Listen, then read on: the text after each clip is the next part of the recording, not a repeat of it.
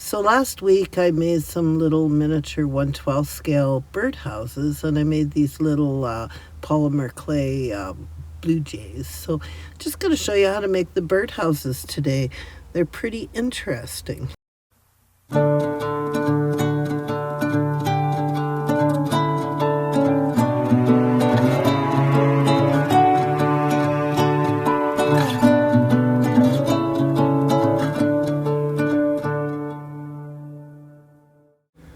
So mahogany trees are primarily found in Central and South America, including areas like Mexico and Central America and the Amazon basin. They also grow well in the Caribbean, including Cuba. Mahogany pods are the woody coverings of the mahogany tree. These are about 10 centimeters long and can be used in aquariums as natural hiding places.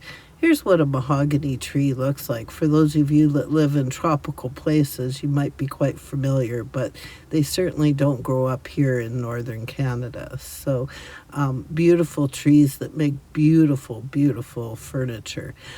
Here's a mahogany pod before it's peeled, and that contains the seeds. So once again, that's a mahogany pod before peeling it.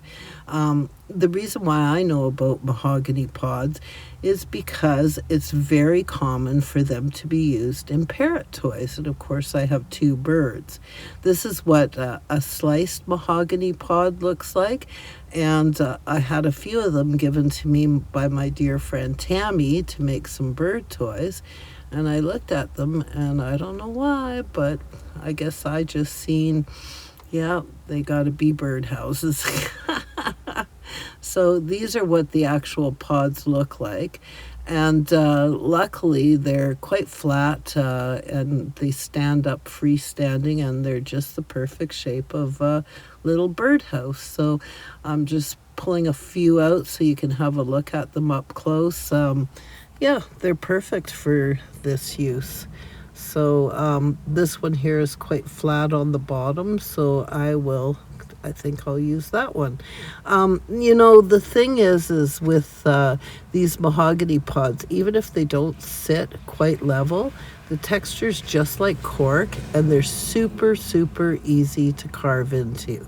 And so to begin with, I'm just going to drill a hole just with the end of my scissors and make the little hole for the birdhouse. And as you can see, look how easy this is to drill. It's just like drilling into cork. And birds quite like these to chew on too. So I've used them for making bird toys quite a few times in the past. And they're non-toxic, and they're perfect for using for that purpose. But today we're making birdhouses. So there you go. I've got a hole drilled in the center of it, and that will be the middle or the door of my birdhouse. So yeah, it turned out really good. So I'm just knocking out the extra cork-like texture, and so now I'm going to do the roof. So I've just got here some cardstock. It doesn't matter what color cardstock you use, because I'm going to be painting it afterwards. So I just take my little hole punch, and I'm just going to punch a million little holes in here until I have enough to use for the roof tiles. So just so I can shingle the top of the little house. So if you didn't want to shingle it, I suppose you could paint shingles onto the top of it. That would work as well. But I think this adds just a little touch of realism to it. And I'm not going to be keeping them this color brown because it wouldn't be enough of a contrast. I want it to be a little bit brighter. So now I've got all the little holes punched, and there are my roof tiles. Perfect. So then, of course, I'm going to get out my trusty tacky glue, which I use for almost all of my miniature projects. So there you go, tacky glue. It's the best thing to use. I just love this glue. And then I'm just going to smear some glue onto it, and then I'm just going to lay it just like I was laying shingles on a roof, so on a regular roof. And you got to just take your time, make sure it's lined up nicely. And I'm just going to speed it up a little bit so that you don't have to watch me do every single one of them. But yeah, it's quite easy to do. It doesn't take much time at all. The important thing is that every single part of the roof gets covered. So yeah, it doesn't have to be perfectly straight lines either. It just has to be covering. So yeah, so you can see here I'm just kind of putting them all on. I like this little added touch to it. I think that that's a smart idea to do this little added touch. So typically though, when you shingle, you're supposed to be shingling from the bottom and working your way up to the peak, and then that way they overlap the proper way. So that's what I'm doing. The second part of the roof I did a little easier because I used a little damp popsicle stick just to pick it up, just so that I don't get glue all over my fingers. So there you go. The roof is completely shingled, so now we're going to install the little bird perch. So you can use a toothpick, which I did use a toothpick for the first batch that I made. Couldn't find my toothpicks, so I found this barbecue skewer, and I'm just gonna cut it off and make it into the correct size. And then after I've got it cut, I'm just going to drill it into the front part of the house, just underneath the door. And you can see it's like cork, so it's super easy to put in. So you just kind of stick it in and twist it, and there you go, we've got a hole. So it's that easy. I mean, it's really soft and porous, this stuff. So then I'm just going to take a little bit of glue, and I'm just going to glue it in. So yeah, there you go. There's my little bird perch. So that works perfectly. If you don't have it pushed in quite enough, you can, like, I'm just using this hole cutter to just push it in just slightly more.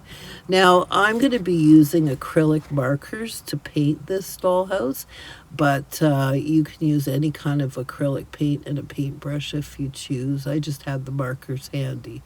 So I'm painting the inside of the hole, or the door of the birdhouse, and I'm painting it black just so that it gives the illusion that it's actually open to the inside of the little house, and doesn't look quite like, I just bored a hole into the surface of it. So yeah, so there you go. So now I'm going to let it dry for a little bit, and now I'm coming back and I'm painting some little flowers on the front of the house. Now if you don't want to paint flowers on the front of the house, you could paint it in a solid color. You can do whatever your heart's desire.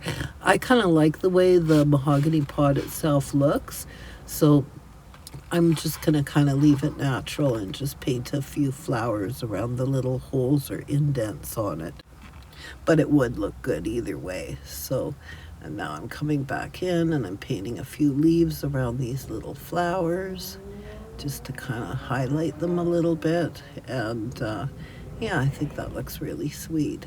Although I think the pink flowers are too one-dimensional, so I'm going to go back in and put some color into the center of each one of these flowers. And for this, I just chose some bright yellow. So I'm just sticking a little bit of yellow in the center of each one of these flowers just to kind of bring them out. And I'm quite pleased with the way that looks. So excellent. Yeah, so there you go. That's the front of my little birdhouse all painted up. So my next step is I really want to put some flowers in the peak. So you can use, I just brought out some dried flowers. You can use anything you want. So here's some plastic leaves from the dollar store.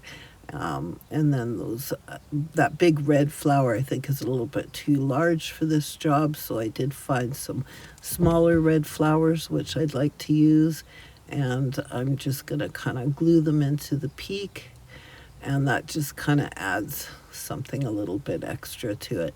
Now again, this is not a necessary step. I just chose to do this on mine just to give them a little bit of life. So, and I'm just going to glue a few of them on, and I'm going to glue a few little leaves around the flowers just to kind of just give it a little bit of decor in 3 dimension.